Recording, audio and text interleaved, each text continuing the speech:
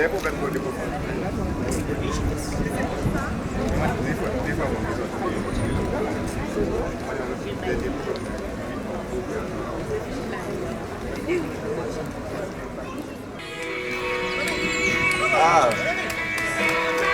ça devient Mylène.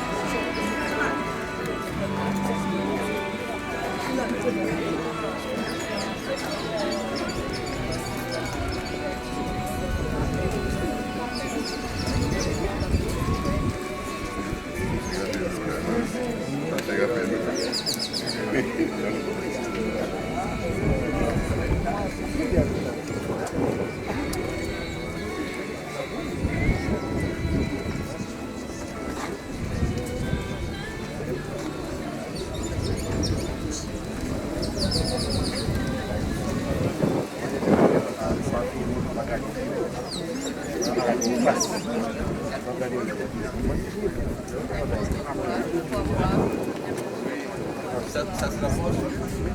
Ça ne rapproche pas. Il y a une bonne chose de moi.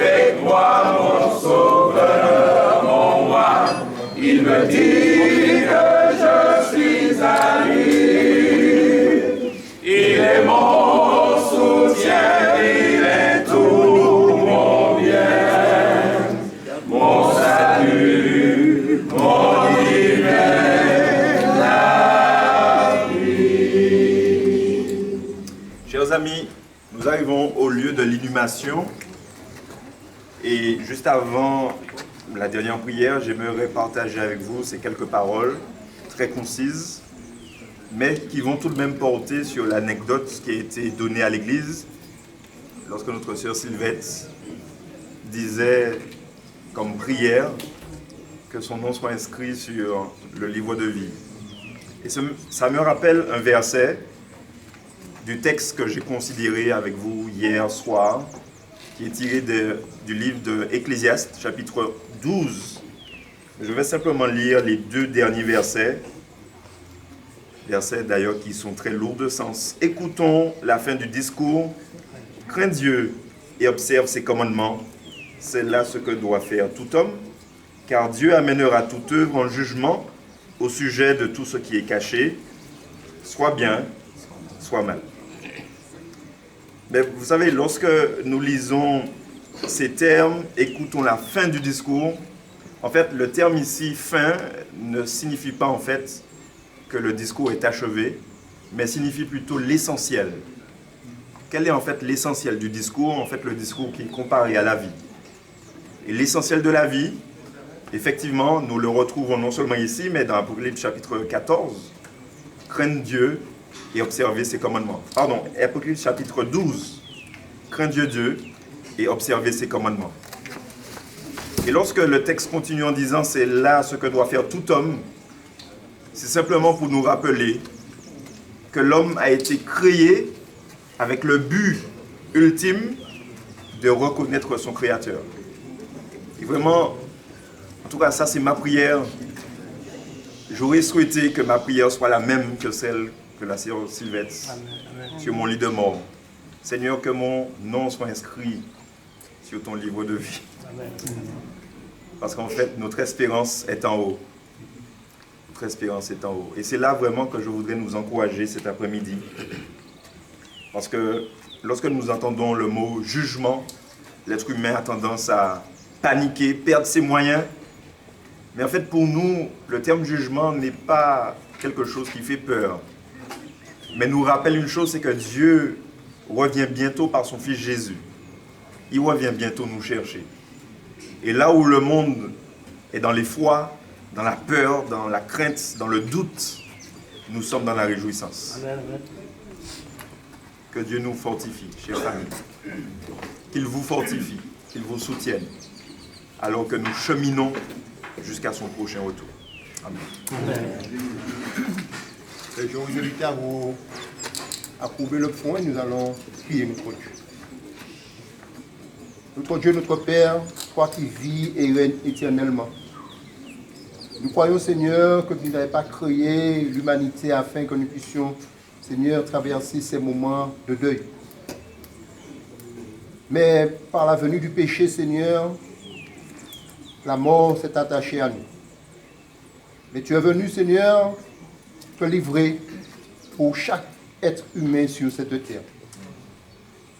Et nous donnons par là l'espérance de retrouver cet état originel, Seigneur, dans lequel tu nous avais créés, à savoir pour la vie éternelle. Seigneur, nous voulons que cette espérance qui a été l'espérance de notre sœur soit encore la nôtre aujourd'hui, jusqu'au jour où nous rendrons notre dernier souffle, ou jusqu'au jour où tu apparaîtras. Nous reconnaissons, Seigneur, que les choses, cette vie sur cette terre n'est pas une fin en soi, mais que pour tous ceux et celles qui ont choisi de revenir à l'original, tu leur as prévu, tu as prévu pour chacun d'eux de vivre les jours sans fin de l'éternité avec toi. Seigneur, cela paraît une fable pour certains, mais pour notre sœur Sylvette, c'était une réalité. Alors nous voulons que cette réalité soit aussi la nôtre, et que durant tout notre parcours sur cette terre, si nous avons une chose à ne pas oublier, c'est bien cette réalité dans nos vies.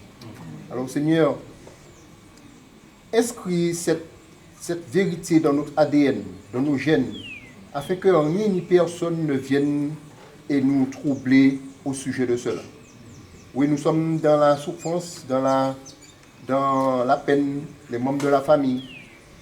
Mais nous croyons que tu sauras, Seigneur, comme tu le fais si bien, les consoler, et les encourager pour poursuivre leur course chrétienne dans ce monde. Bénis chaque membre de la famille ici présent, tous ceux et celles qui les ont accompagnés, et que l'honneur qui t'est dû te soit rendu. Je t'ai prié au nom et par les mérites de Jésus et pour ta gloire. Amen.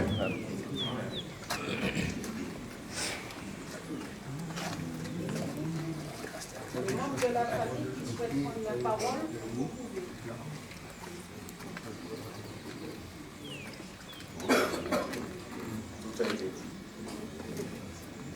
La famille, en ce moment de deuil, nous vous témoignons notre sympathie et notre soutien.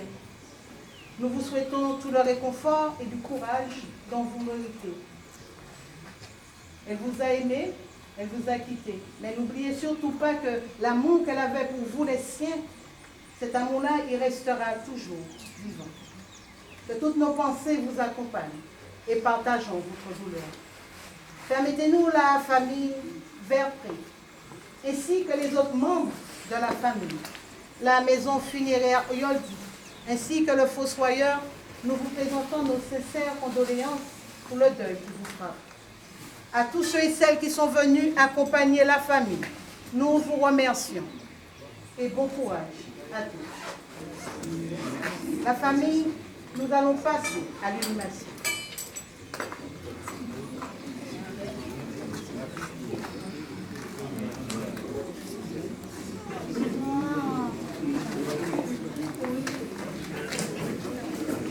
Christ est ressuscité dans les champs joyeux. Son triomphe en tout lieu soit exalté. À toi gloire et honneur, au Sauveur, au puissant Rédempteur. Du sépulcre tu sortis vainqueur, prince de vie et prince de paix. Gloire à toi, gloire à toi, gloire à jamais. Christ est ressuscité, cherchons-lui toujours. Au peuple racheté, force et secours. À toi la gloire et l'honneur, au Sauveur, au puissant Rédempteur. Du sépulcre tu sortis vainqueur, prince de vie et prince de paix. Gloire à toi, gloire à toi, gloire à toi, gloire à jamais. Christ est ressuscité, par lui nous vivrons, et dans l'éternité nous régnerons. À toi la gloire et l'honneur, au Sauveur, au puissant Rédempteur.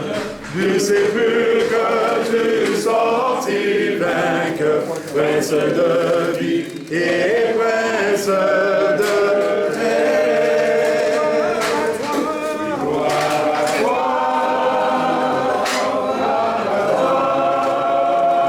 gloire à toi, gloire à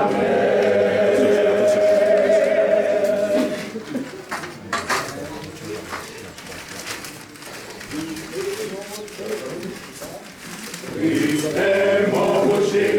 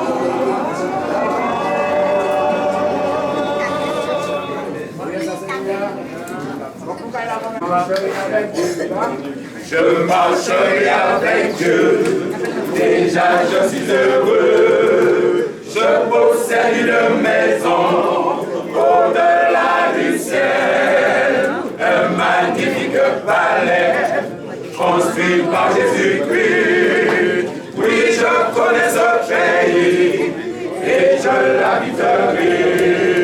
Oui, je connais ce pays et je l'habiterai.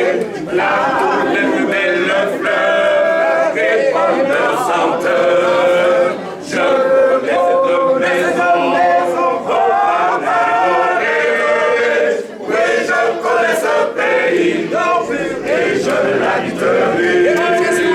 Et quand Jésus reviendra, je m'en irai là-haut, vers la cité éternelle, au bord des ruisseaux. La plus de monde tristesse, plus d'ennui de soucis. Oui, je connais ce pays et je l'habite.